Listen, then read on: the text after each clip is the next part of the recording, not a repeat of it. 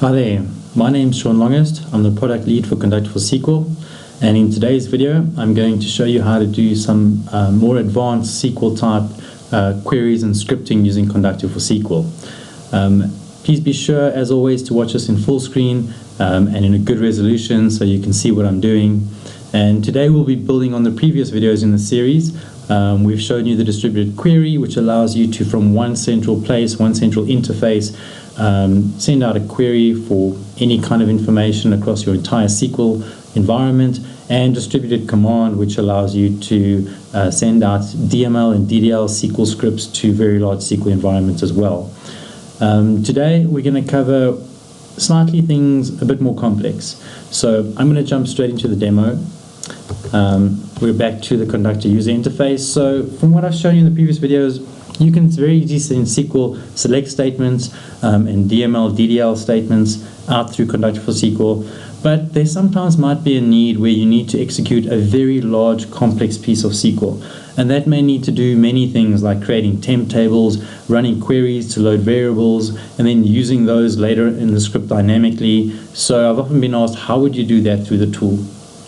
And it's actually quite simple. I'm going to jump to Management Studio. So in the previous videos, I showed you where I query database information using a simple query.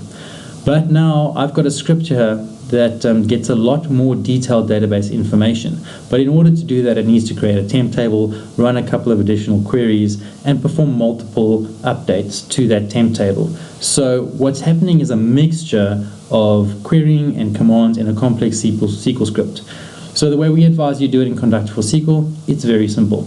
You simply put all your code, all your T-SQL code, everything that you want to do, into a stored procedure.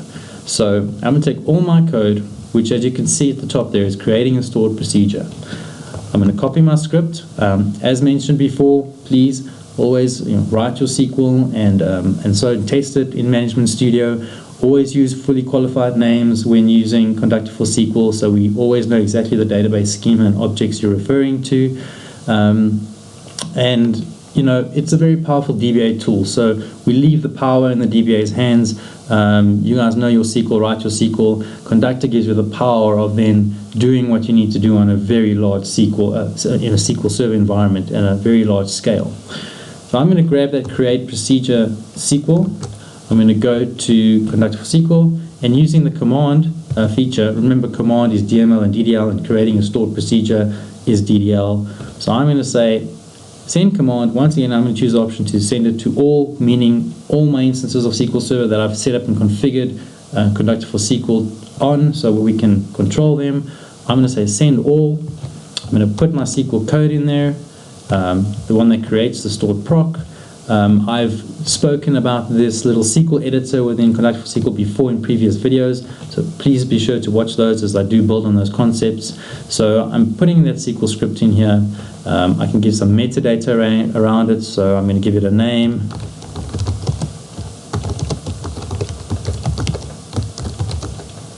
And a description as well.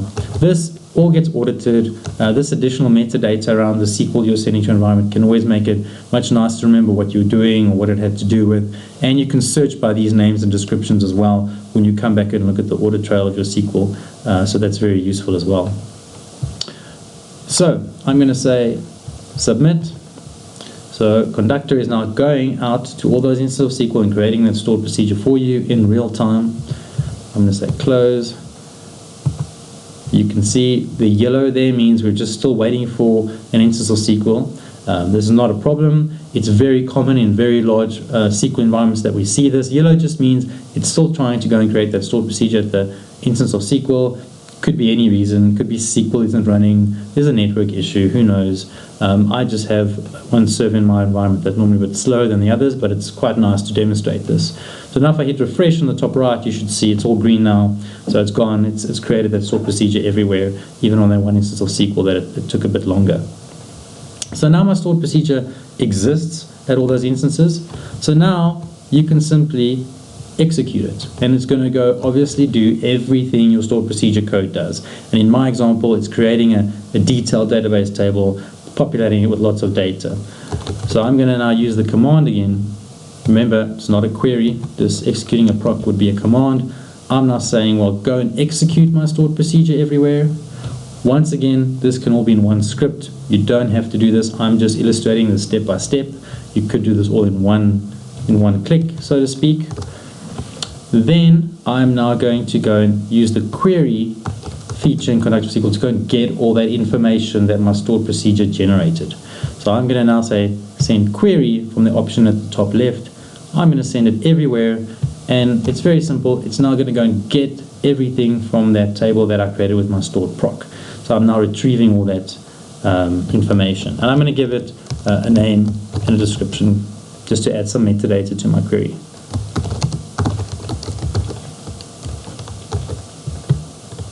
Okay, I'm going to say submit. It's all green. It's come back from everywhere. Once again, as I've explained before, this is an audit trail. If you click on send command, send query, you'll see the tabs underneath. These tabs I'm talking about here will dynamically activate depending on whether you're doing commands or queries.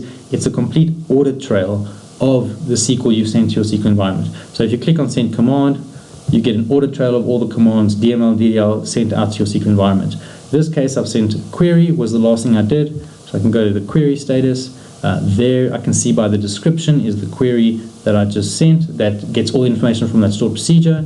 I can click on that. As mentioned before, you get the detailed audit trail at the bottom then, so I can see each individual instance of SQL that this query went to.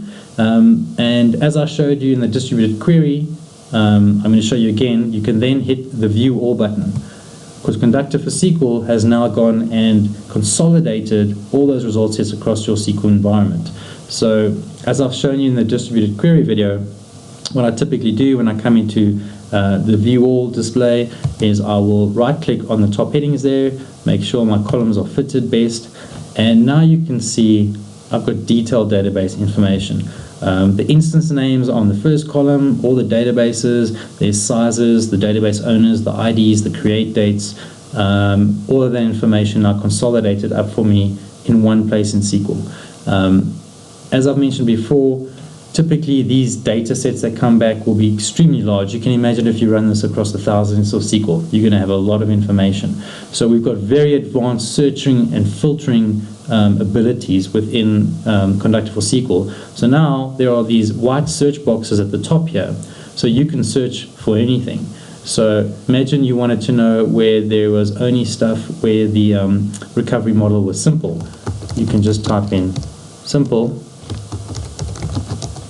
and you'll see it's filtered. Now you only get the simple recovery models. But as shown earlier, there's an edit filter button on the bottom right hand side there. If you click on that, you can build advanced filtering of this result set, so you can get very granular in what you're searching for and find it very easily using this advanced filtering. Please refer to the video on distributed query in which I dive a bit deeper into the filtering. And then at the bottom left hand side are two buttons. Once you've filtered this data, or if you want the whole result set that's consolidated across your whole SQL environment, you've got the ability to export that to a file. You can see your options here. You can export that to PDF, Excel files, and so forth. And you also have the option to export it to a table in SQL, so you can work with it further if you prefer to query that table then with T-SQL. And that's it. That is how you would do very advanced SQL scripting through Conductor for SQL. We recommend best practice to use the stored procedure method, but once you get more familiar with Conductor for SQL, there are many different ways you can accomplish the same thing. It's a very powerful tool. That was just one example. So thank you for watching the video.